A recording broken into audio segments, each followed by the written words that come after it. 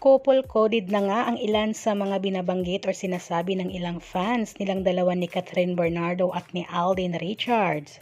Kasi naman guys, kitang-kita naman natin talaga nga yung galawan nila ni Alden at ni Catherine kapag magkasama sila ay talagang napaka-sweet.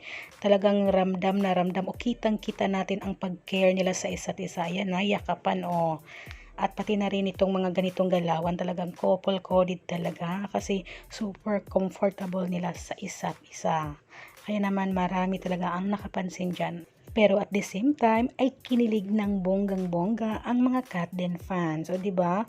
Bakit ba ipareho namang single si Catherine Bernardo at si Alden Richards? So, wala silang mga inaapakan na tao. Kaya dapat happy lang.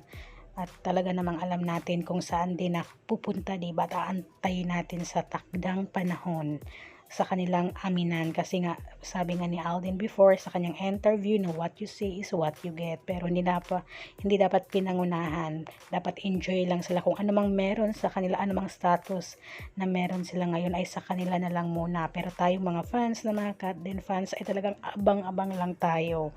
At happy tayo na nakikita natin sila na magkasama dahil recently na din sa kanilang movie na Hello Love, again na talagang trending naman at super busy nila. At talaga nga marami silang mga ganaps together. Kaya itong mga larawan na ito ay talaga nga makikita natin na very comfortable at super sweet talaga sila sa isa't isa. At very caring din at napaka-gentleman ni Alden pagdating kay Catherine Bernardo. At kaya naman marami din ang nagmamahal at humahanga sa kanila ngayon. After mapanood ang Hello Love Again ay talagang marami ang kinilig ng bonggang-bongga sa kanilang dalawa ni Catherine Bernardo at Alden Richards.